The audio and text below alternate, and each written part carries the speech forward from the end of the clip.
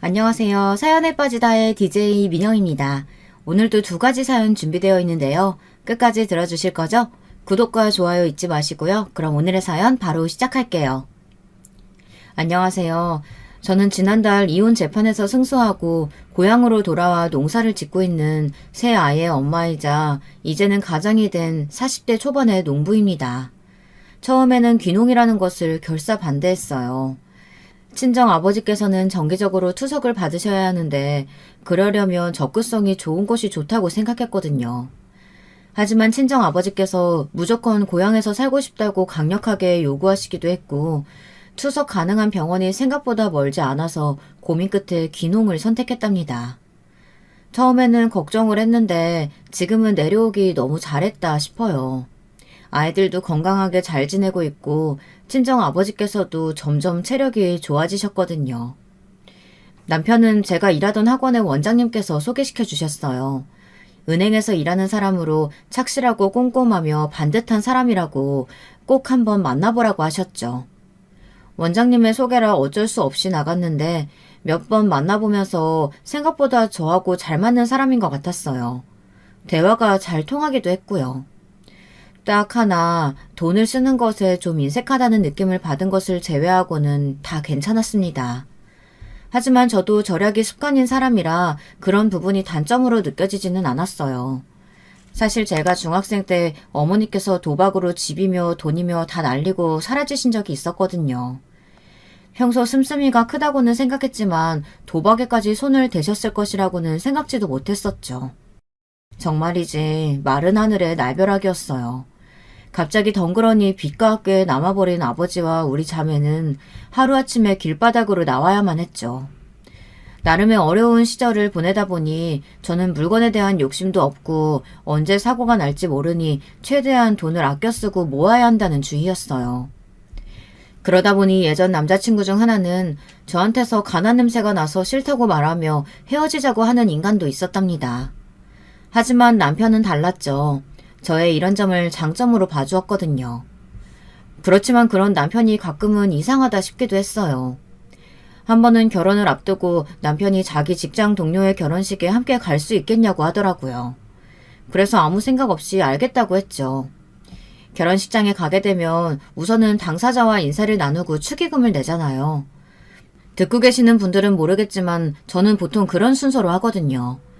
그런데 남편은 제일 먼저 식사 쿠폰부터 확인했답니다. 그리고는 주섬주섬 축의금 봉투를 열더니 10,000원짜리 지폐를 빼더라고요. 저는 궁금해서 왜 그러느냐고 물었죠. 식사가 너무 빈약해서 이 축의금으로는 좀 아깝다 싶네. 그래도 자기랑 같이 먹을 예정이니까 양심상 많이는 말고 20,000원은 적게 내도 될 것 같아서.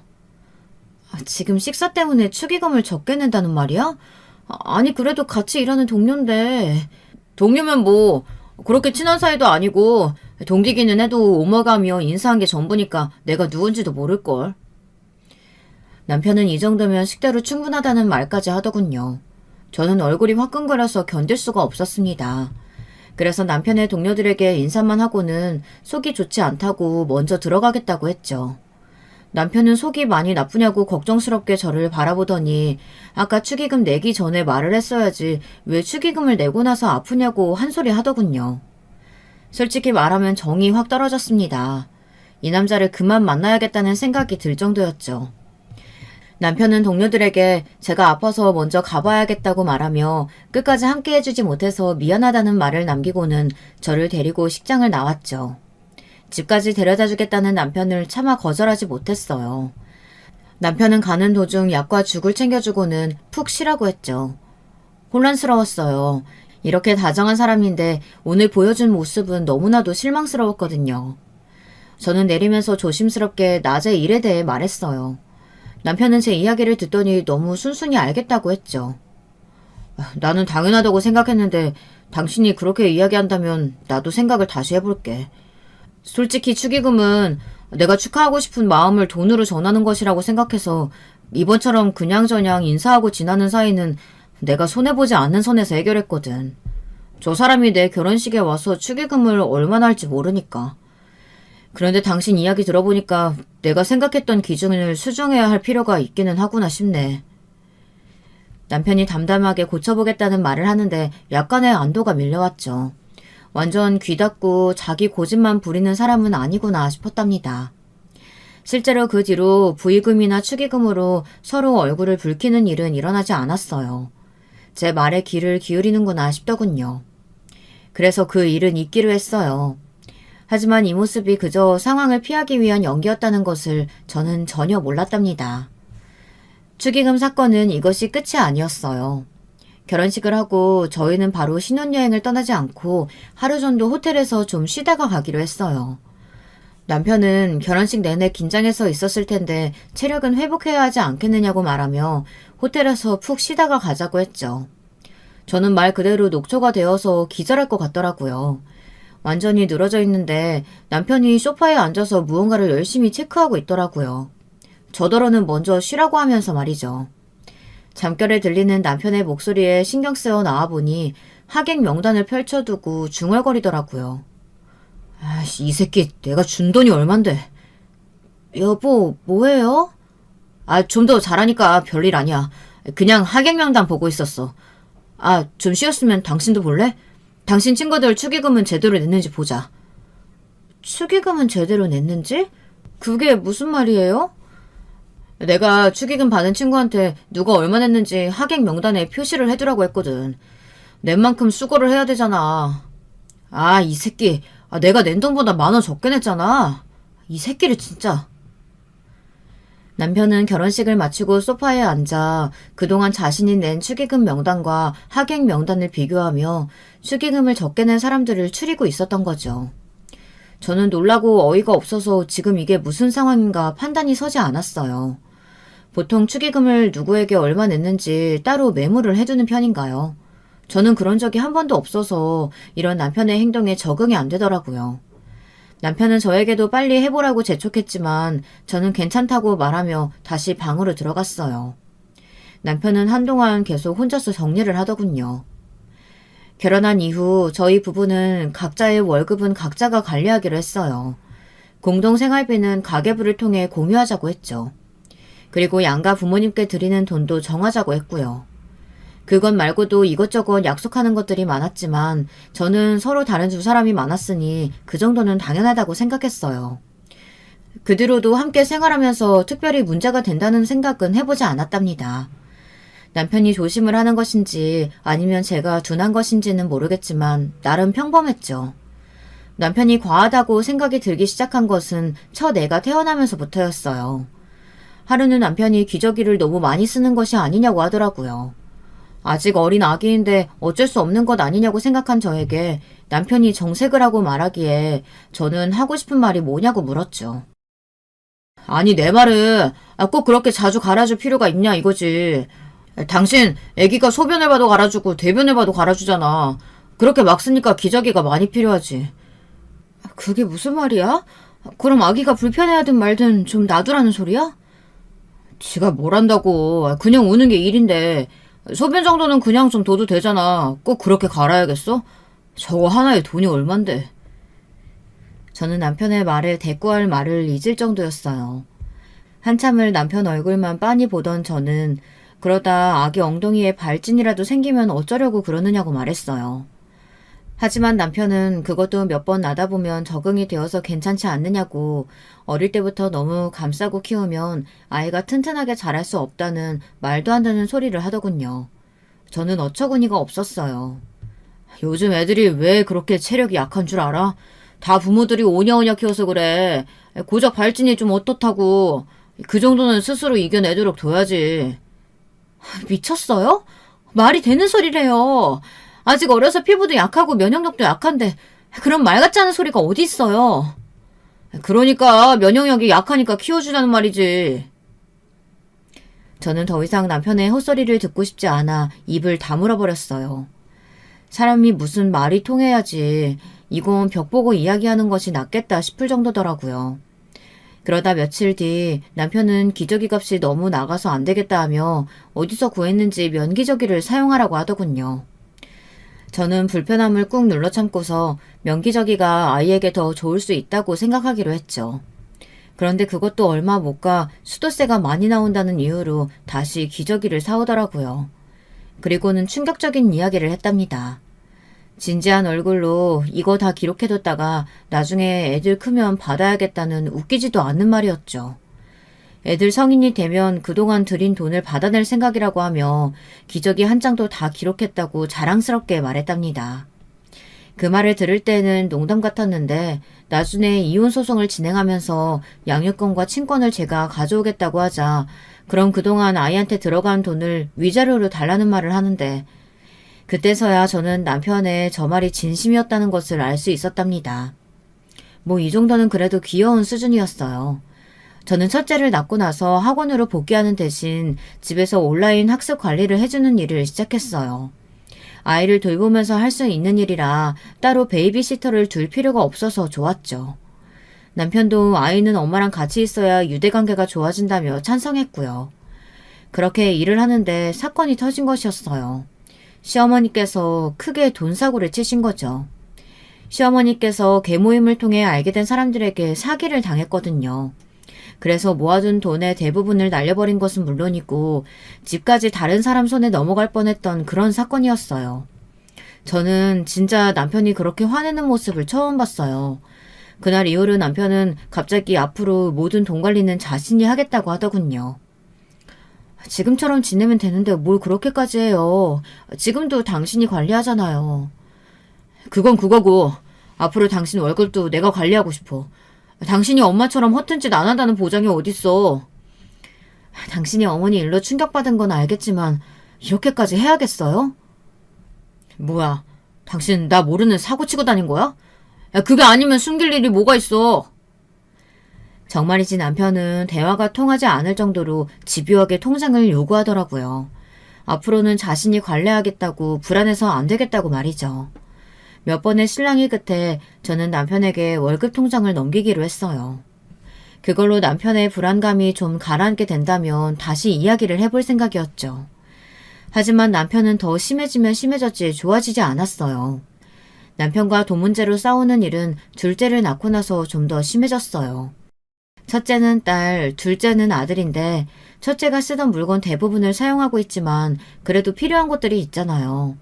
남편이 워낙 아이 물건 사는 것을 아깝게 생각하며 불만이 많다는 것을 잘 알고 있었기 때문에 저는 당근을 이용해서 물건을 구하거나 필요 없는 것은 내다 팔기도 했어요. 하지만 남편은 그것도 싫어하더라고요. 처음에는 남들이 쓰던 물건을 가져오는 것이 문제인 줄 알았어요. 왜 그런 사람들 있잖아요. 남들 손 탄 것은 절대 사용 못하는 사람들 말이에요. 그런데 남편은 그것이 문제가 아니더군요. 아니 그냥 공짜로 나눠주는 것들도 많은데 왜 그걸 돈 주고 사와? 그리고 이걸 얼마나 비싸게 주고 샀는데 고작 그 돈을 받고 팔았단 말이야? 당신 도대체 경제 개념이 있는 거야 없는 거야? 다들 그 정도 받고 팔아요. 당신은 도대체 뭐가 그렇게 불만이에요? 그래도 이거 5만 원 주고 샀는데 적어도 4만 원은 받아야 될 거 아니야. 근데 2만 원에 팔았다고? 여보, 그거 케이스도 없고 사용감도 많아서 장난감 치고는 비싸게 받은 거예요. 케이스는 아무거나 씌워주면 그만이잖아. 그런 요령도 없어. 그리고 사용감이 뭐. 그러니까 팔기 전에 페인트 칠이나 기름칠을 좀 해야지.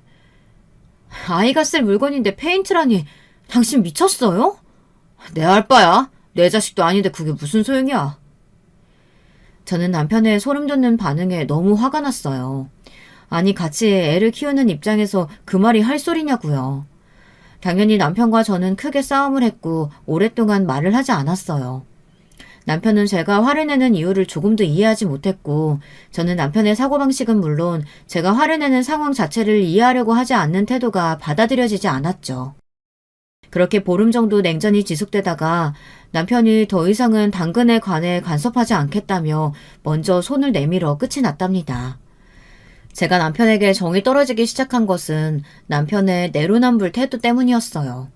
내가 하면 로맨스고 남이 하면 불륜이라더니 남편은 아이들 외투 하나 사는데도 온갖 잔소리를 다 하는 사람이 본인에게 쓰는 돈에는 거침이 없더라고요. 정장을 입더라도 꼭 맞춤으로 해야 하는데 그 맞춤도 여러분이 생각하는 그런 맞춤이 아니랍니다. 저는 이름도 알지 못하는 브랜드인데 꼭 그곳에 가서 옷을 맞춰야만 했죠. 정장 한 벌에 몇백만 원이나 하는 곳이더군요. 저는 정장을 그렇게까지 해서 입는다는 것에 깜짝 놀라고 말았답니다. 그뿐이 아니었어요. 분기별로 시즌 한정판은 꼭 사야 직성이 풀리는 사람이었죠. 옷만 그런 것이 아니었어요. 향수며 가방이며 당시 유행하는 것은 빠지지 않고 샀죠. 거기다 넥타이도 명품 브랜드가 아니면 안 된다고 국내에서는 구하기도 어렵다는 것을 어떻게 알고 구매해서 오는지 저는 남편이 1도 이해가 되지 않았어요. 남편은 저한테는 코트고 패딩이고 한 번 샀으면 10년은 입어야 하는 것 아니냐며 큰 소리를 쳤던 사람이거든요. 저희 집 옷장은 정말 남편의 명품으로 가득했답니다. 남편은 관리가 조금이라도 소홀하면 아주 난리도 아니었어요. 심지어 옷에 아이 냄새가 나지 않도록 하라면서 애들 옷은 절대 드레스룸에 넣지 못하도록 했죠. 그날도 남편과 저는 옷 때문에 싸웠어요. 당신 이번에 또 무슨 가디건을 산다 그래요. 새로 산지 얼마나 됐다고. 나더러 애들 옷 살 때마다 그렇게 잔소리하면서. 나랑 애들이랑 같아? 나는 밖에 일하는 사람이고 그런 사람들은 겉으로 보여지는 게 얼마나 중요한데. 내가 꼬질꼬질하게 타고 다니면 다른 사람들이 뭐라고 생각하겠어. 남편은 사람을 만나는 일을 하는데 급에 맞게 차려입어야 하는 것 아니냐며 그런 것도 모르냐고 호통이었죠. 제가 학원 일을 하던 사람이라 회사 생활을 잘 모른다면서 혀까지 차면서 이야기하는데 짜증이 확 밀려오더라고요. 저는 이번만큼은 절대 그냥 넘어가지 않겠다는 생각에 남편에게 따져 물었어요. 당신이 언제 꼬질꼬질하게 나가본 적이 있기는 해요? 그럼 게임은 뭔데요? 내가 열심히 돈 벌어오는데 날 위해서 그것도 못해? 내가 모를 줄 알아요? 당신 게임에 들어가는 비용 한 달에 30만 원은 넘잖아. 그거 스트레스 풀기 위해서라고 할 수 있어요? 애들 먹는 거 입는 거 손 벌벌 따면서?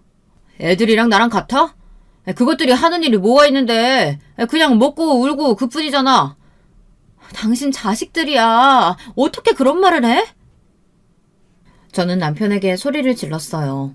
남편도 마찬가지였죠. 정말이지 끊임없는 도돌이표 다툼 때문에 미쳐버릴 것 같았어요. 급기야 저는 이렇게 살 생각이면 이혼을 하자고 소리를 질러버렸어요. 그 순간이었어요. 정적이 집안에 가득했죠. 남편은 어이없다는 듯이 웃더니 지금 이혼이란 말을 했느냐고 했어요. 이혼이라고? 그래, 이혼하자. 누가 무서울 줄 알고?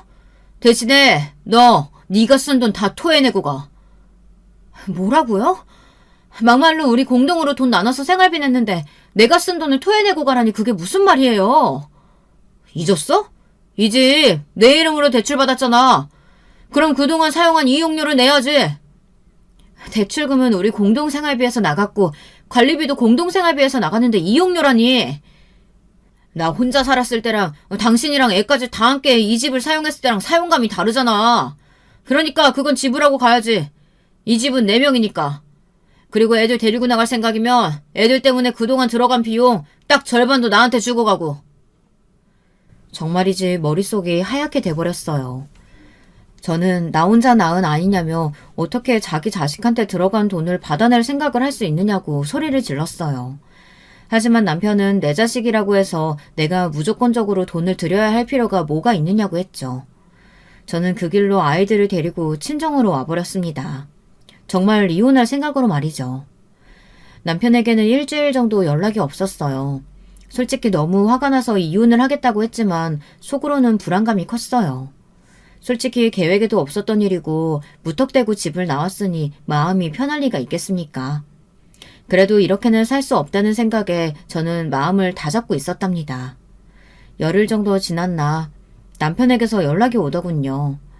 물론 그 사이에 시어머니나 시누이에게 연락이 오기는 했지만 남편에게는 그 흔한 문자조차도 없었거든요.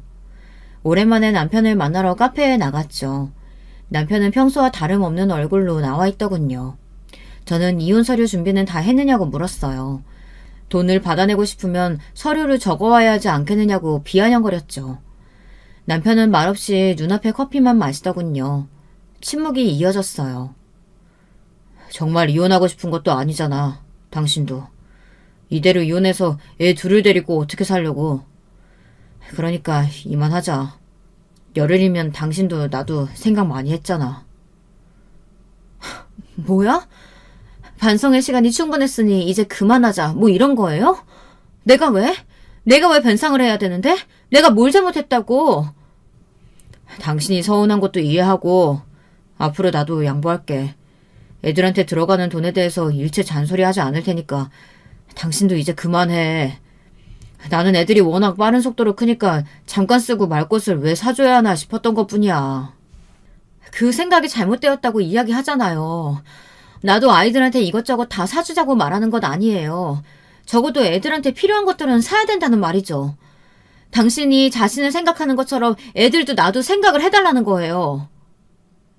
남편은 한참을 가만히 저만 보더니 알겠다고 하곤 앞으로 고쳐나가겠다고 하더군요. 그러면서 남편은 제가 남편이 스스로에게 투자하는 것들을 쓸데없는 것이라고 말하지 말아달라고 했죠. 이렇게 서로 이야기를 하며 뭔가 합의점에 도달하고 있다는 생각이 들었어요. 듣고 계신 분들은 미쳤다고 하실 수 있겠지만 저는 남편의 사과에 못 이기는 척하고 화해를 했습니다. 하지만 제가 남편을 온전히 믿었기 때문에 화해를 한 것은 아니었어요. 그저 시간이 좀 필요할 뿐이었죠. 남편은 약속한 대로 많이 달라졌어요. 더 이상 아이들 물건을 사는 것에 인상을 쓰지 않고 돈 낭비라고 하지도 않았죠. 가끔 아이들을 데리고 나가는 날에 다툼이 있긴 했지만 그것도 금방 말이 심했다고 하면서 사과를 하더라고요. 어떤 다툼이었냐고요? 남편이 어차피 어린애가 기억도 못할 텐데 아이들을 데리고 다닐 필요가 뭐가 있겠느냐고 하더라고요. 아직 글을 모르는 아이들에게 책이 필요하냐는 말도 했고요. 그 문제로 크게 언성을 높이기는 했지만 곧 남편이 잘못했다고 말하며 넘어갔답니다. 한동안은 잘 지냈던 것 같아요. 돈 문제로 서로 시끄럽지는 않았으니까요. 이런 와중에 충격적인 일이 생겼어요. 정말 생각도 못했죠. 남편이 밖에서 애를 하나 데리고 집으로 왔거든요. 저는 도대체 이게 무슨 일인가 싶어 영문도 모르고 울기만 하는 애를 바라보았어요. 남편은 우는 아이를 좀 달래보라고 하더군요. 저는 우는 아이를 안고는 이게 누구냐고 물었어요. 남편은 친한 친구가 갑자기 세상을 떠났는데 애를 맡아줄 사람이 없어서 데려왔다고 했죠. 저는 의문이 들었어요. 친구가 죽었다는 이야기는 들어본 적도 없었거든요. 저는 친구 누구냐고 물었지만 남편은 제가 잘 모르는 고향 친구라고 했죠.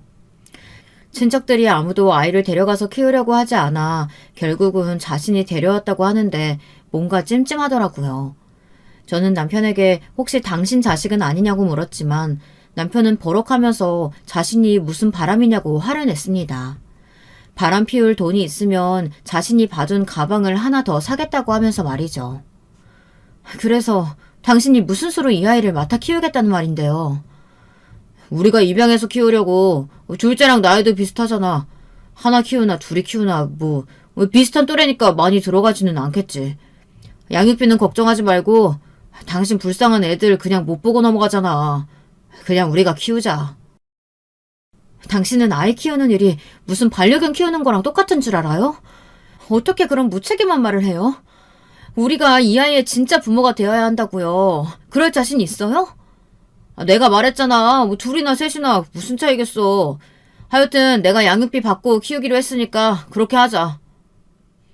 저는 귀찮다는 듯이 손을 내줬고는 그냥 방으로 들어가 버리는 남편을 차마 잡지도 못하고 울음을 그치지 않는 아이를 달래야만 했죠. 남편이 가져온 짐을 뒤져보니 우리 둘째와 5개월 정도 차이가 나더군요. 정말이지 한숨이 나왔어요. 무슨 생각인지 남편의 뇌를 열어보고 싶을 정도였죠. 저는 우는 아이를 달래고 배가 고픈 것 같아 분유도 타서 먹였어요. 아이는 배가 고팠는지 허겁지겁 먹고는 금방 잠이 들어버렸죠. 짐을 뒤져보니 서류와 아이에 관한 정보들이 나왔어요. 서류를 하나씩 확인하는데 저는 눈앞이 캄캄했어요.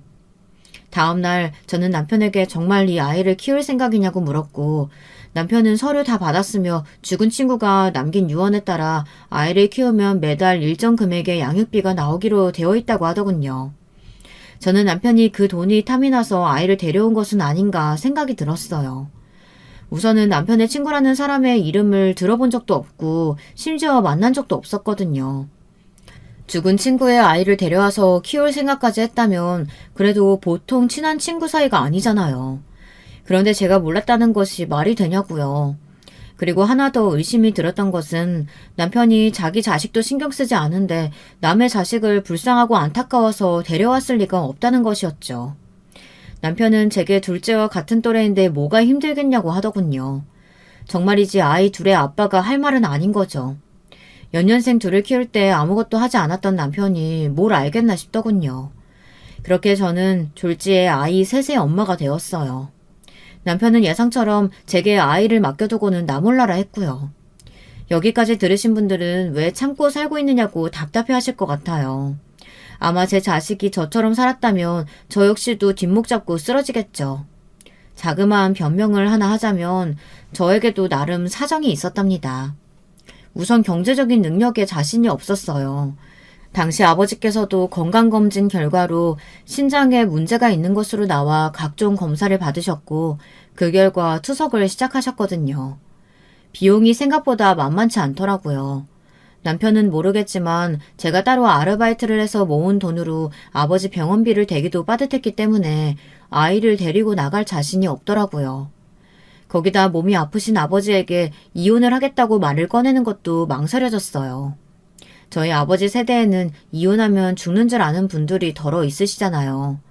그러다 보니 차마 말을 못하겠더라고요. 몸도 아프신데 제 일까지 아시면 충격이 얼마나 크시겠어요. 그런 이유로 저는 경제적인 여유가 생길 때까지만 참아보자는 마음으로 이를 갈고 있었죠. 하지만 저의 참을성도 결국은 바닥을 보이고 말았어요. 남편이 아버지가 투석으로 병원을 다닌다는 것을 알게 되었거든요. 당신, 장인어른 아프신 거 왜 말 안 했어? 병원비는 도대체 얼마나 나온 거야? 설마 당신 우리 생활비에 손댄 건 아니지? 추석 그거 돈 엄청 든다고 하던데. 여보, 우리 아버지가 아프다는데 그런 말밖에 못해요? 어디가 얼마나 아픈지 그런 걸 묻는 게 정상 아니에요? 어떻게 병원비 이야기부터 할 수가 있어요? 그럼 돈 얘기가 안 나와? 병원비가 어디 한두 푼이어야지. 당신 똑바로 이야기해. 당신이 병원비 내고 있거나 하는 건 아니지? 저는 남편에게 당신이 걱정할 일은 없으니 두 번 다시 이 이야기는 꺼내지 말라고 소리를 쳤죠.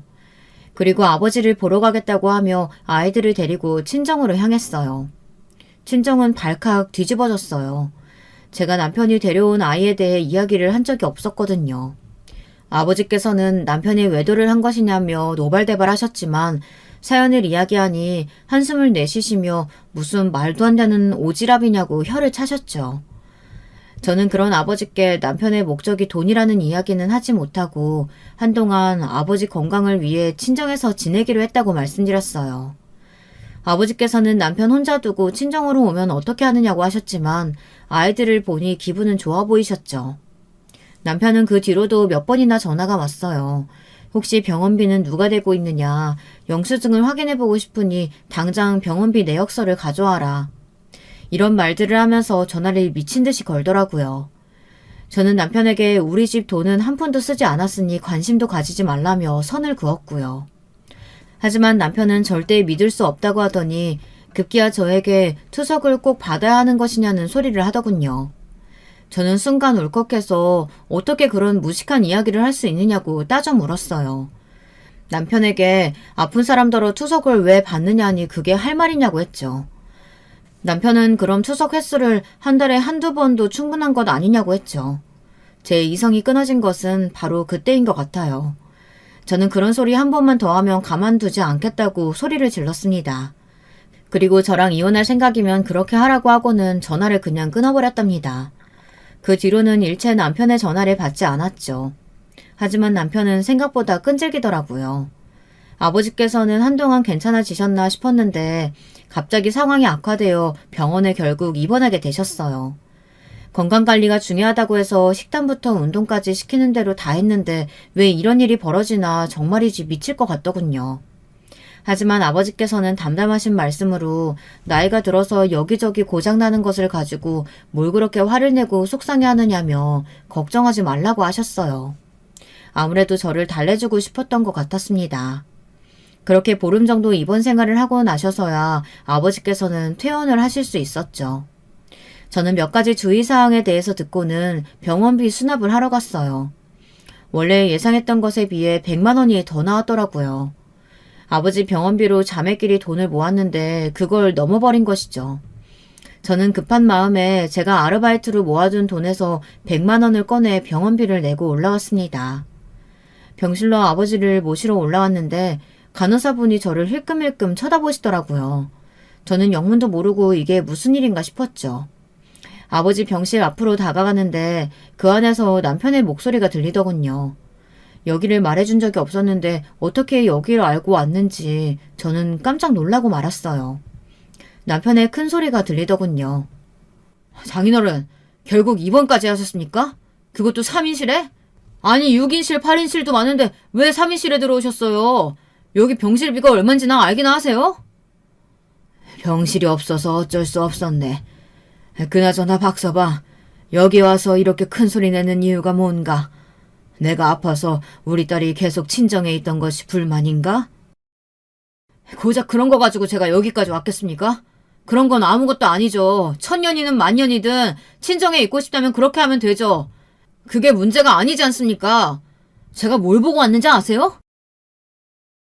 남편은 병원을 알아낸다고 얼마나 고생을 했는지 모른다는 말과 함께 병원비 영수증을 다 가져왔는데 이 많은 돈은 도대체 누구 돈이냐고 하더군요. 아버지께서도 어이가 없으셨는지 설마 박서방 돈이겠냐고 왜 소리를 지르냐고 하셨죠. 남편은 자신의 돈이 아니면 이 많은 돈이 어디서 났느냐고 하더라고요. 분명 딸들이 돈을 모아서 준비했을 텐데 거기 당연히 자신의 돈도 들어있지 않겠느냐고 말이죠. 아니, 나이 들어서 그렇게 구차하게 목숨을 연명하셔야겠어요? 투석에 돈이 얼마나 많이 드는데 그냥 자식들 위한다 생각하시고 이대로 정리하시는 건 어떠세요? 뭐라고? 박서방, 자네 지금 뭐라고 한 거야? 뭐 어째? 구차하게 목숨을 뭐? 평생 이렇게 사는 것보다 죽는 게 낫죠. 저라면 그렇게 안 살아요. 자식들 등쳐먹으면서 어떻게 살아요? 자식들한테 미안하지도 않으세요? 자식들 힘들게 번 돈으로 이렇게 살아남는 거? 저는 남편의 막말을 더 이상은 참지 못하고 문을 벌컥 열고 들어갔어요. 소리에 깜짝 놀란 남편과 아버지가 저를 쳐다보았죠. 저는 거침없이 남편에게 걸어가서는 들고 있던 가방으로 사정없이 남편의 뺨을 내리쳤어요. 남편은 단번에 휘청거리며 쓰러지더군요. 저는 이를 악물고 가방으로 남편을 때리기 시작했어요. 남편은 미쳤냐고 소리를 질렀지만 저는 한마디도 하지 않았어요. 결국 간호사들이 들어와 저를 말릴 때까지 저는 입술에 피가 날 정도로 깨물고는 가방만 휘둘렀어요. 남편은 이왕 병원에 온 거 저더러 정신병 검사를 해봐야 하는 건 아니냐며 소리를 질렀죠. 어디 여자가 남편한테 손을 올려? 내가 당장 고소해서 콩밥 먹게 해줄 거야. 내가 이대로 넘어갈 것 같아? 너는 어디 정상이고? 아무리 돈에 미쳤어도 어떻게 장인한테 와서 투석받고 살지 말고 그냥 죽으란 말을 해? 네가 그러고도 인간이야? 인간의 탈을 쓴 짐승이지. 내가 너 쓰레기인 줄은 알았는데 어떻게 이렇게 바닥을 보이냐?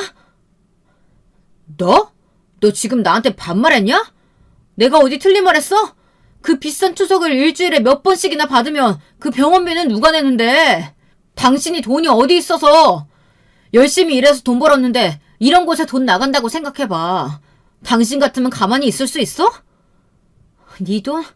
네 돈이 어디 있는데? 내가 네 돈 안 썼다고 했잖아. 네 돈이 어디 있냐고!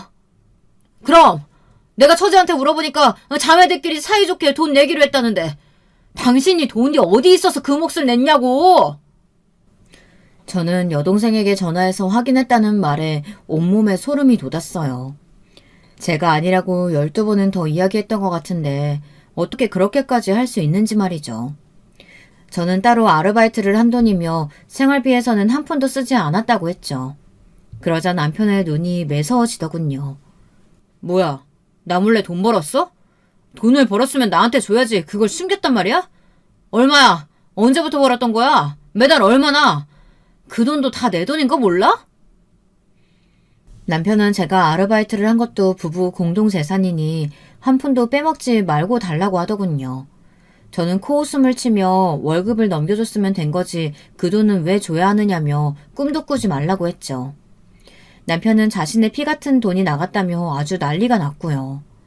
저와 남편의 싸움을 말리러 왔던 간호사분들도 어이가 없는지 남편을 노려보며 혀를 차더라고요.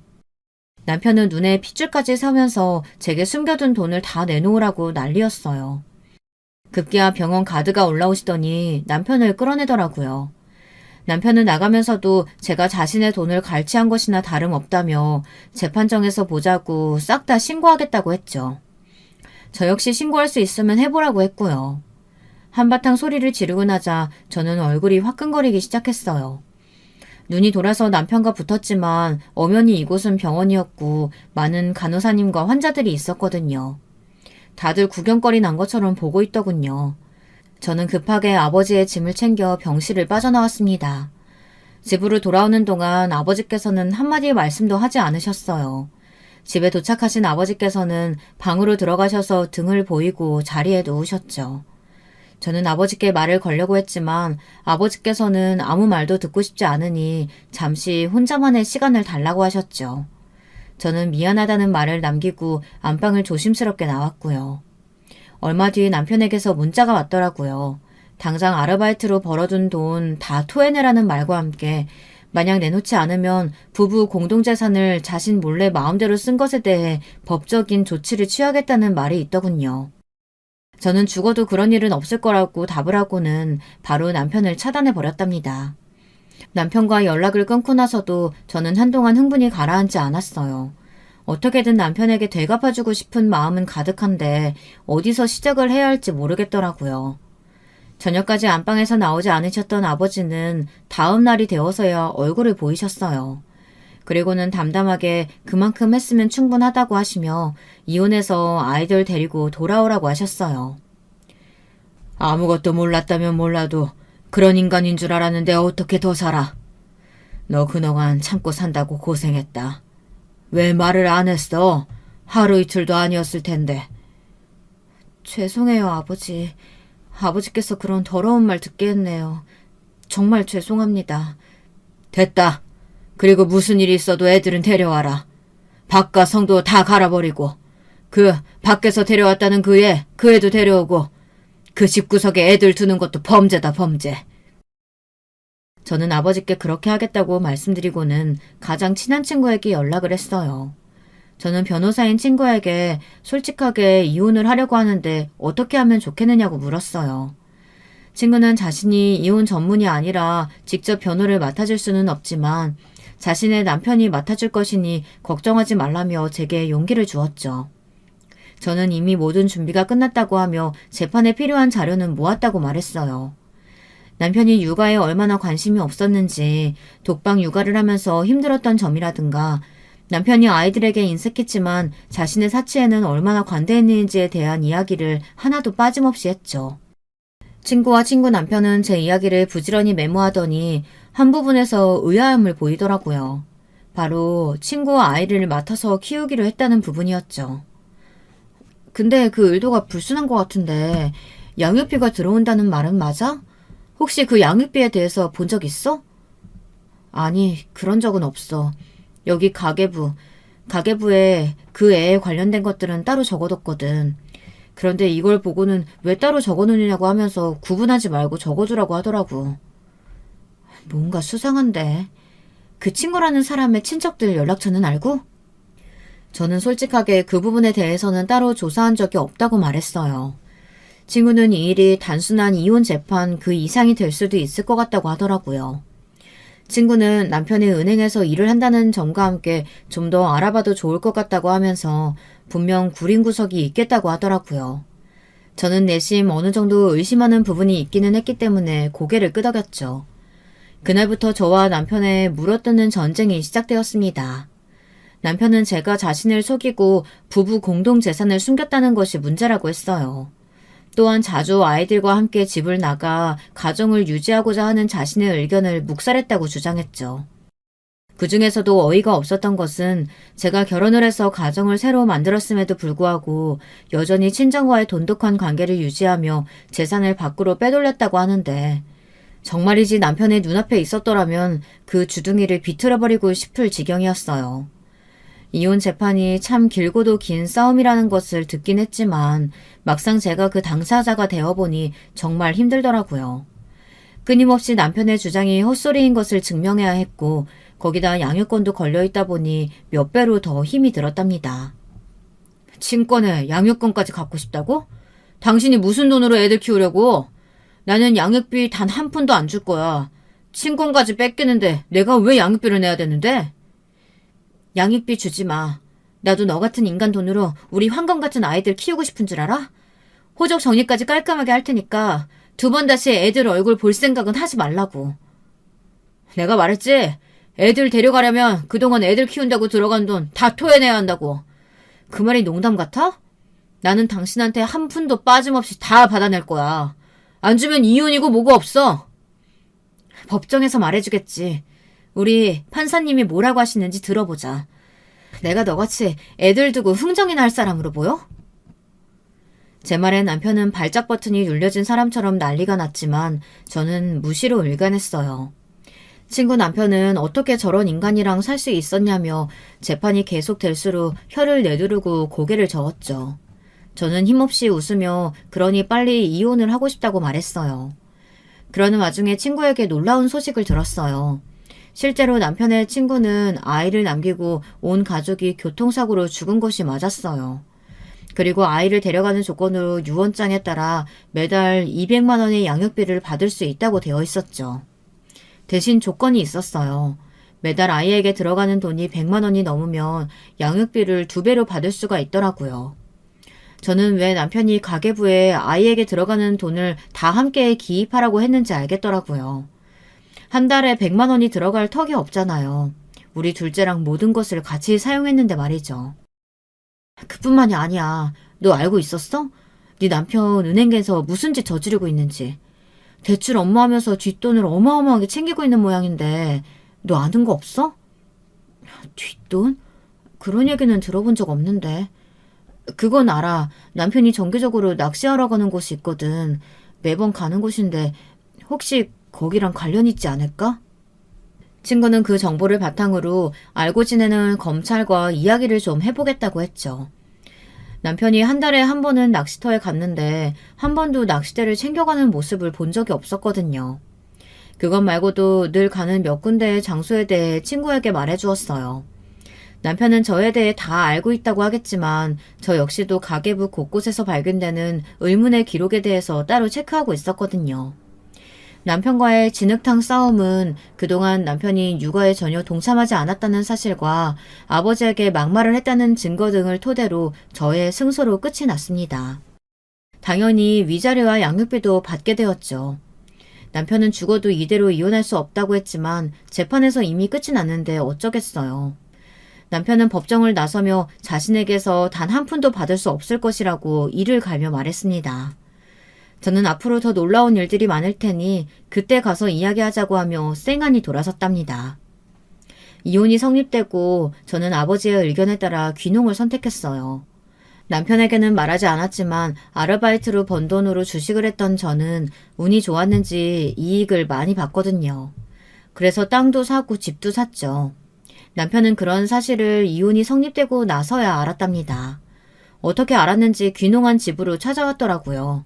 남편은 집과 땅을 보더니 자신을 속였다며 당장 반을 내놓으라고 소리를 질렀죠. 판사님 이야기 못 들었어? 위자료는 당신이 나한테 줘야지. 재판 다시 할 거야. 내가 항소할 테니까 당신 딱 두고 봐. 마음대로 몇 번을 해도 내가 이길 테니까. 당신이 어떤 인간인지 다 알고 있어. 내가 뭘 잘못했는데? 돈 벌어다 준 것이 전부잖아. 내 돈 내가 아끼자고 하는데 그게 무슨 잘못이냐고? 그러니까 당신 잘못이 아니면 이혼하라고 판사님이 하지 않으셨겠지. 항소해. 어디까지 가는지 보자고. 남편은 씩씩거리며 자기 돈을 돌려줄 때까지는 한 걸음도 움직이지 않겠다고 하며 드러누웠어요. 저는 조금의 망설임도 없이 111을 눌러 경찰을 불렀죠. 남편은 경찰에게 끌려가면서도 제가 자신의 돈을 갈취했다고 소리를 질렀지만 경찰은 오히려 남편에게 조용히 하라고 하면서 끌어냈죠. 사실 친구가 이미 이런 상황을 감지하고 남편의 접근 금지 명령까지 받아뒀거든요. 남편이 말한 항소는 받아들여지지 않았어요. 왜냐면 남편이 공금 횡령 및 뇌물수수 혐의로 검찰에 송치가 되었거든요. 친구의 말에 의하면 제가 말했던 것들을 기점으로 증거 및 다수의 증언을 확보했던 모양이더라고요. 특히 그 양육비 문제는 서류를 위조한 혐의까지 받아서 아주 난리도 아니더라고요. 더 놀랐던 부분은 남편이 그런 범죄를 저지르면서 제 이름뿐만 아니라 아이들 이름도 팔았다는 것이었어요. 남편이 챙긴 돈이 아이들 명의의 통장에서 발견이 되었으며 심지어 제가 뇌물을 받은 것으로도 되어 있더라고요. 진짜 기가 막힐 노릇이죠. 덕분에 저는 몇 번이나 검찰청에 드나들면서 진술을 해야 했죠. 그 와중에 저는 정말이지 충격적인 이야기를 들었어요. 남편이 진술하기를 제가 주도한 것이며 뇌물은 다 제가 챙겼다는 것이었어요. 네 남편은 인간이긴 하니? 이거 무슨 쓰레기 중에서도 최악이지. 어떻게 네 이름을 말할 수가 있대? 혹시 그게 무슨 문제가 되는 건 아니지? 나는 그런 일은 알지도 못하는데. 당연하지. 네가 무슨 죄라고 너한테 오겠어. 하여튼 그 새끼는 진짜 끝까지 답이 없다. 친구는 이혼은 이대로 넘어갈 것 같다고 하며 혹시나 검찰에서 연락이 오더라도 긴장하지 말고 이야기를 하라고 했습니다. 그렇게 저와 남편의 인연은 온갖 더러운 꼴을 다 보고 나서야 끝이 날 수 있었답니다. 진짜 징글징글하죠. 이혼이 이렇게까지 힘든 일인가 싶기도 하지만 그래도 이렇게 인연을 정리할 수 있어서 다행이다 싶기는 해요. 남편 친구의 아이라곤 하지만 제가 키우겠다고 했고 서류상으로도 입양된 상태라 바로 제 호적으로 옮겼습니다. 저는 힘들지만 그래도 아이들과 함께 새로운 삶을 시작했답니다. 작은 공부방도 열었고요. 남편은 앞으로 법적인 처벌만이 남았겠죠. 어떻게 되든 관심은 없습니다.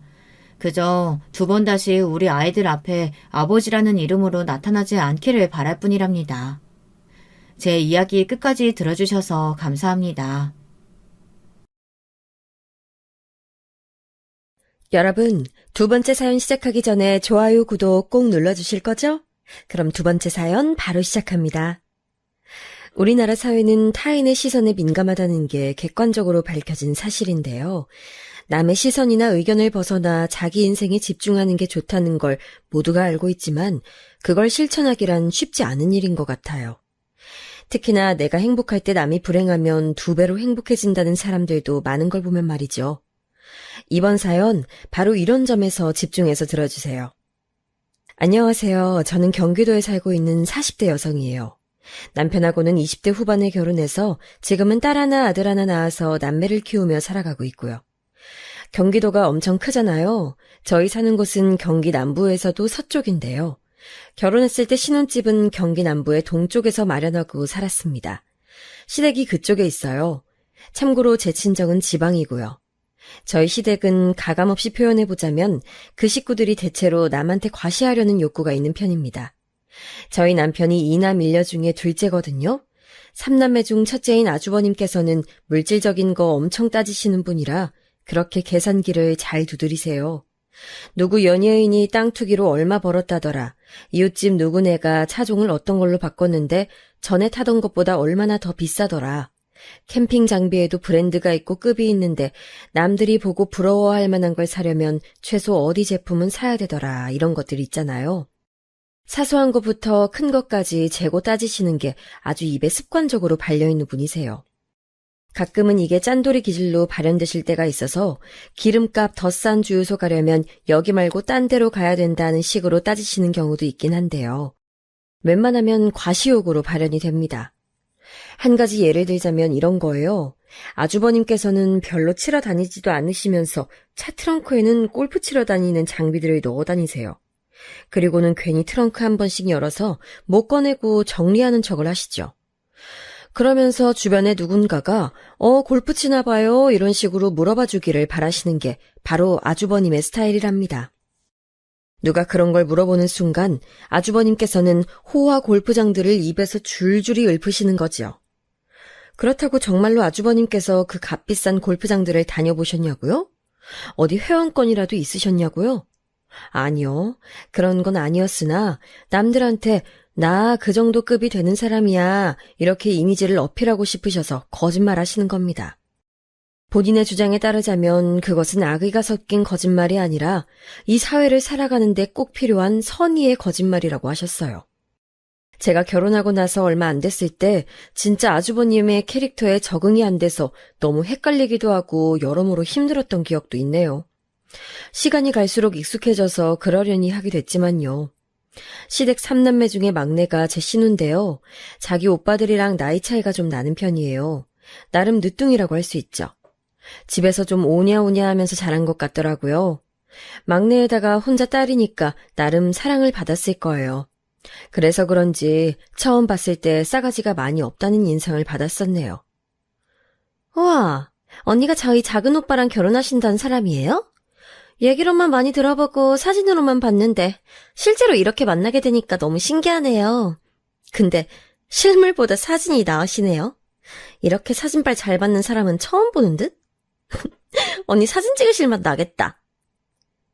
아, 네. 제가 사진빨을 잘 받는 줄 저도 모르고 살았는데 덕분에 깨닫게 되네요. 사진빨 안 받는 것보다야 낫죠. 그보다 저도 얘기 많이 들어왔는데 이렇게 인사하게 돼서 반가워요? 왜요? 작은 오빠가 저에 대해서 뭔 얘기를 그렇게 많이 했었길래요? 혹시 제 욕이었어요? 네? 아니에요. 그럴 리가요. 막내라서 귀염성 있다는 얘기만 자주 들었어요. 그동안 수험 생활하느라 많이 힘들었죠? 결과가 어떻게 나올진 아직 모르지만 분명히 최선 다한 만큼 좋게 나올 거예요. 원하는 대학 꼭 들어갔으면 좋겠네요. 헐, 그런 말 해주실 거면 저 수능 보기 전에 해주셨어야 하는 거 아니에요? 뻔히 자기 남친의 여동생이 수험생이라는 거 알면서도 수능 선물도 안 준 이유는 뭐예요? 솔직히 기대했는데 아무것도 없어서 기분 나빴어요. 아이고, 정말 미안해요. 직장에 큰 일이 터져서 그거 수습하느라 워낙 정신이 없어서 그랬어요. 원래는 수능 전에 챙겨주고 싶었는데 딱히 안면도 없는 상태에서 선물만 달랑 보내면 그건 또 성의가 아닌 것 같아서 고사했었거든요. 지금 생각해보니 괜히 그랬었네. 선물이라도 따로 들려보낼 것을. 후회해봤자 어떡하겠어요. 이미 늦었잖아요. 저는 수능 다 봐버렸고 인생에서 단 한 번뿐인 수능인데 그 선물을 못 받았네요. 두고두고 섭섭할 것 같아요. 그래서 언니에 대한 제 점수는 100점 만점에 50점 정도예요. 나머지 50점 채우시려면 앞으로 열심히 해주세요. 뭐 그런 싸가지가 다 있었는지. 지가 뭔데 점수를 매기나요? 누가 감독직이라도 맡겼나요? 그때의 순간을 회상하다 보니까 오래간만에 분노가 다시 피어오르네요. 당시에는 그저 맹랑한 예비 시누이 정도로만 애써 포장을 했던 것 같아요. 시누이는 짝퉁을 사는 한이 있더라도 어쨌든 메이커가 아니면 신발이나 가방을 다 거절하는 학생이었대요. 그리고 뭔 놈의 학생이 교복 위에 입는 카디건이나 후드 잠바를 꼭 비싼 브랜드 옷이어야 하나요? 시부모님께도 온갖 때를 써서라도 브랜드를 얻어냈었다네요. 친구들 사이에서 과시해야 한다는 게 이유였다죠. 장남인 아주버님께서는 시누이가 고등학생일 때 이미 직장에 다니고 계셨는데 막내 동생이 브랜드 없는 보세 제품은 싫다면서 고집 부리고 난리를 하도 쳐대니까 나이키 신발부터 해서 가방이며 옷까지 몇 번 사주셨다고 하더군요. 여기에 우스운 비화가 담겨 있는데 아주버님께서는 그것들에서 몇 개는 짝퉁으로 사주신 바가 있었다는 거예요. 걔는 어차피 대학 가면 지금 입고 쓰는 것들은 죄다 쳐다보지도 않을 텐데 굳이 정가 다 주고 값비싼 걸 사줄 필요는 없잖아. 자기 친구들한테 브랜드 로고만 보여주면 됐지. 그 작전이 먹혔다는 게 너무 웃긴 것 같아요. 인생에 한 번뿐인 수능을 운운했던 시누이는 황당하게도 이듬해에 또 수능을 봤답니다. 왜냐하면 재수를 했기 때문이죠. 절대 지방의 이름 모를 대학은 가고 싶지 않다면서 재수를 선택했어요. 수능을 보통 망친 게 아니었었나 봐요. 재수를 하게 된 시누이는 저한테 수능 선물 꼭 달라면서 은근하게 물품까지 지정하였어요. 그것은 바로 당시에 유행했던 브랜드에서 나온 시계였죠. 수능 시험장에는 손목시계를 필수로 들고 가야 하니까 유용한 물품을 받고 싶은 것뿐이라며 시누이는 둘러댔지만 정말 그런 가벼운 의도였다면 저한테 브랜드를 지정해주지도 않았었죠. 어쨌든 저는 남편과 결혼을 약속한 사이였고 따라서 시누이는 어차피 한 집안 식구가 될 팔자였으니 제가 그 요구를 들어줬었네요. 하지만 본심으로는 그렇게 해주고 싶지 않았어요. 얄미웠었거든요. 맥락하게 값비싼 선물을 사달라고 한 것이 얄미웠다기보단요. 신우이 때문에 결혼이 늦춰졌으니 근본적인 얄미움이 있었던 것이죠.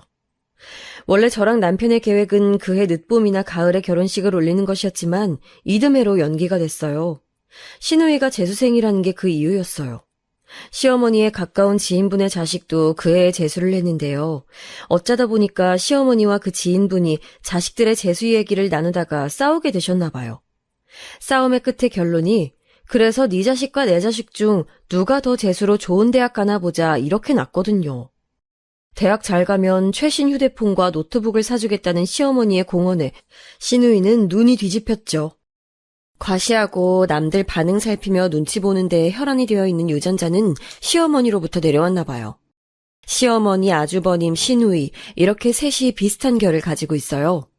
그렇다면 나머지는요? 네, 시아버지와 저희 남편이 한 세트입니다. 직장 생활에 인생의 많은 부분을 쏟고 살아오신지라 그 외의 것들은 부가적인 그렇기에 가정 안에 세밀히 녹아 계신 분은 아니었어요. 막내딸이 수능 미끄러져서 재수 생활을 하게 된 게 둘째 아들이 결혼을 미뤄야 하는 이유랑 뭔 상관이 있냐면서 기가 막혀 하셨습니다. 하지만 결국 저희 부부의 결혼은 미뤄졌죠. 아무래도 차남보단 장남이 먼저 결혼하는 게 모양새가 낫지 않겠냐는 시어머니의 강한 발언에 넘어가셨거든요. 아주버님은 직장에서 승진 때문에 씨름하고 있는 와중이었고 그 때문에 저희 부부의 결혼이 늦춰지길 바라시는 눈치였어요. 내가 승진하고 나서 결혼식을 올려야 오만 친척들이며 지인들이 다 모인 자리에서 내 좋은 소식을 자랑할 수 있잖아. 그리고 지금 여자친구가 다이어트 중이라서 10kg 넘게 뺀다고 그랬는데 살을 다 빼고 사람들 앞에 나타나야 내가 늘씬한 여자친구 만난다고 자랑할 수 있지. 맥주 나눠 마시던 자리에서 아주버님이 저런 술주정을 하시는 걸 듣고 저희 부부는 그냥 결혼을 미루기로 마음 다잡았던 거예요. 신우이는 재수 끝에 대학을 들어갔지만 원래의 목표치보다는 못 미쳤어요. 그래도 시어머니의 지인분, 그분의 자식보단 급이 조금 더 높은 대학에 갔는데요. 이것 때문에 시어머니께서는 이겼다면서 무척 기뻐하셨죠. 시어머니께서 황급히 전화를 돌리면서 글쎄 우리 딸이 수능 이틀 전부터 독감에 걸려서 중내 산해하는 바람에 그런 컨디션으로는 수능 절대 못 본다고 나는 말렸지. 그래도 지 엄마 말 안 듣고선 죽을 상을 하고서는 억지로 시험을 보러 가더니 우리 딸 창인의 애보다 좋은 대학에 들어갔다니까.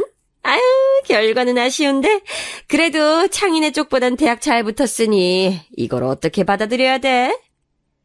이런 똑같은 레파토리를 통화하시는 모든 분께 전하셨던 게 아직도 선명하게 기억이 나네요. 신우이가 독감에 걸렸었다고요? 전혀 그런 사실은 없었어요. 기침 한 번 하는 걸 그때 본 적이 없었던 것을요. 아무튼 간에 시댁은 좀 이런 기류가 있었어요. 신우이가 성인이 돼서 명품이라는 것에 눈을 뜨자마자 집안 형편상 명품 가방은 못 사더라도 일단 명품 화장품부터 사드렸던 걸 보면 그런 건 타고난 거였죠. 신우이가 대학생 시절에 같이 밥 먹으러 가면 식사 후에 굳이 샤넬 립스틱을 테이블에 떡하니 꺼내놓고 누가 좀 안 봐주나 싶어서 두리번거렸던 것만 봐도 알만하죠? 시어머니께서 옛날에 억척스럽게 살다 보니 그렇게 되신 거라고 얘기도 들어봤는데 제 생각엔 글쎄요. 환경이 사람을 만든다지만 아주버님이나 신우이를 보면 원래 성격상 그런 기질을 타고나신 것 같다는 게 저의 생각입니다. 유전적인 영향이 없진 않을 거라는 것이죠. 그리고 진짜 억척스럽게 살아야 했던 환경을 지닌 사람을 저는 알고 있거든요. 저는 그 진짜를 보고 자라왔던 사람이었기에 시어머니의 주장은 조금 허무맹랑하게 들렸답니다. 아무튼 묘한 과시욕을 지닌 것과는 달리 시댁은 경제력이 그저 그렇게 사는 수준이었어요. 하지만 작은 기적이 시댁에 도래하게 됐지요. 부동산 투자를 잘했다가 수지를 맞은 것이었어요. 집값 폭등하던 시기에 이득을 본 집, 그게 바로 저희 시댁이었네요. 탄탄한 노후 보장을 해두셔야 한다면서 무리를 해서 투자를 해보았던 게 성공으로 돌아오자 시부모님께서는 날아갈 듯 기뻐하셨고 특히나 시어머니께서 콧대가 높아지셨어요. 이것저것 다 제하고도 부동산 투자건으로 3억 넘게 버셨죠. 그때부터 시부모님께서는 일명 세컨하우스라고 지방이나 시골 동네에 마련하는 집에 관심을 가지기 시작하셨습니다. 집에 관련된 다큐멘터리를 잘 챙겨보셨고 유튜브로 집 매물 소개하는 영상도 꾸준히 보시더군요. 제가 바로 이때 유튜브의 사연 채널도 알게 됐던 거예요. 이따금씩 시아버지께서 유튜브로 매물 소개를 보시는 것 같아서 주의 깊게 살피고 있었는데 어느 날은 휴대폰 화면에 글자가 꽉 차 있는 영상을 보시는 게 아니겠어요? 궁금해서 알아봤더니 그런 게 유튜브의 사연 채널이었던 거죠. 그 후로 저는 사연 채널이 뭔가 싶어서 여기저기 기웃거리다가 사연에 빠지다에 정착했네요. 아무튼 각설하고 이런 시댁의 성향상 남들보다 자신들이 더 잘났을 때 우쭐댄다는 건 아시겠죠? 시어머니께서 일찌감치 만만하게 점 찍어 놓으신 상대가 있었으니 애석하게도 바로 저희 친정이었답니다. 우선 친정이 수도권이 아닌 지방에 산다는 걸 우리보다 한 수 아래라고 시어머니께서는 평가를 하셨고요. 또한 저희 친정엄마가 장사를 하신다는 점, 그것도 건어물 나부랭이 따위를 판매하시는 것에 우리보다 월등히 아래라고 시어머니께서는 최종 평가 도장을 찍으셨었죠.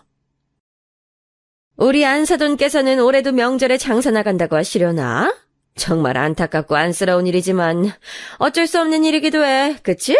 이런 인생 저런 인생 다 있는 거니까. 모두가 평안하고 안락한 인생을 산다면 좋겠지만 그렇지 않은 게 이 세상 아니겠니? 넌 비록 네 친정은 그렇다지만 편한 시댁 만나서 다행인 경우로구나.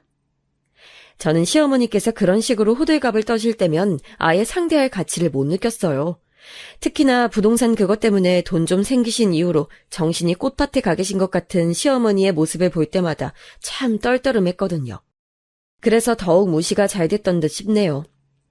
물론 시아버지께서 그런 현장을 포착하시는 즉시 당신이나 당신 인생 잘 챙기고 살아라며 시어머니께 일침을 시원하게 날려주시니까 제가 굳이 나설 필요가 없었던 것도 있고요. 시어머니께서는 성질도 있으신 편이고 다혈질이시지만 시아버지께서 무게 잡고 한 말씀 하시면 찍소리도 못 하십니다. 시아버지께서 지난 세월 쉼없이 일해오시며 가족들을 건사한 가장이셨으니까요. 게다가 부동산으로 재미를 본 것도 시아버지께서 내신 성과였죠. 애초에 시아버지 돈이었고 시아버지께서 받으신 대출로 가능했던 일들이니까요. 그런 사실이 기저에 깔려있기에 시어머니께서 아무리 큰 소리 치시고 아주버님이랑 시누이랑 셋이 똘똘 뭉쳐서 과시욕 부리면 미쳐 돌아가도 결국 집안의 1인자는 시아버지셨어요. 하지만 저희 친정은 엄마 쪽이 아빠보다 훨씬 권력이 크답니다. 뿐만 아니라 덩치도 있으신 편이고 목소리가 아주 크시죠. 원래 그렇게 괄괄하신 분은 아니었는데 자식들 먹여 살리려고 애쓰시다 보니까 점차 여장부처럼 변해가셨어요. 아빠가 조금만 덜 무능력하셨어도 엄마가 힘든 가시밭길을 택하진 않으셨을 텐데요. 제가 아주 어렸을 때는 안 그러셨던 것 같은데 한 7살쯤 되었을 때였을까요? 그 즈음부터 아빠는 술을 의존하기 시작하셨어요. 맨 처음 원인은 직장에서 부당한 일을 당하신 것이었다고 해요. 화도 나고 자존심도 상하니까 술로 그것을 달래보려고 하셨던 것이었죠. 하지만 점차 의존도가 높아만 갔고 결국 아빠는 그 직장에서 해고 통보를 받으시면서 상황이 악화됐어요. 저는 학교 생활을 하려면 공책도 필요했고 연필이며 각종 필기구와 실내화 같은 것도 다 필요했거든요. 그런데 집에 돈이 없었어요. 이웃에서 몇 가지를 얻어다가 마련했어야 했습니다. 사야 할 준비물은 알림장에 받아 적어가지고 왔는데 그 준비물을 살 돈이 없다는 게 어린 나이에도 너무 가슴 아팠고 큰 상처였어요. 하지만 가족과 소통하는 것 자체를 잊어버리신 듯한 아빠에게 말씀드릴 수도 없었고 한숨과 눈물로 얼룩진 엄마를 바라보며 차마 준비물 살 돈을 달라는 말도 입에서 안 나갔죠. 제가 겪어봤기 때문에 다 알아요. 아무리 어린애들이라도 집이 화목한지 불행한지 돈이 학교 준비물을 살 만큼도 없는지 이런 것들을 감지해낼 수 있다는 사실을요. 그런 유년 시절이 있었기에 저는 저희 애들을 키울 때 세심하게 정서를 신경 써줬던 것 같아요. 돈을 안 벌어오시는 것에 그치지 않고 모아놨던 돈마저 전부 날려버리셨던 게 저희 친정아빠십니다. 꼭 남자들이 그렇다는 뜻은 아니지만 대체로 남자들한테서 이 병이 발발한다죠. 바로 사업병 말이에요. 누가 맨 처음 아빠한테 헛바람을 넣었는진 모르겠지만 사업을 해서 큰 성공을 거둘 수 있다는 헛된 꿈을 갖기 시작하셨어요. 있는 돈 다 털어서 작게 사업을 하셨다가 말아드셨죠. 그리고는 사업이 망한 것에 대해서 뭐라고 핑계를 댔던 줄 아시나요?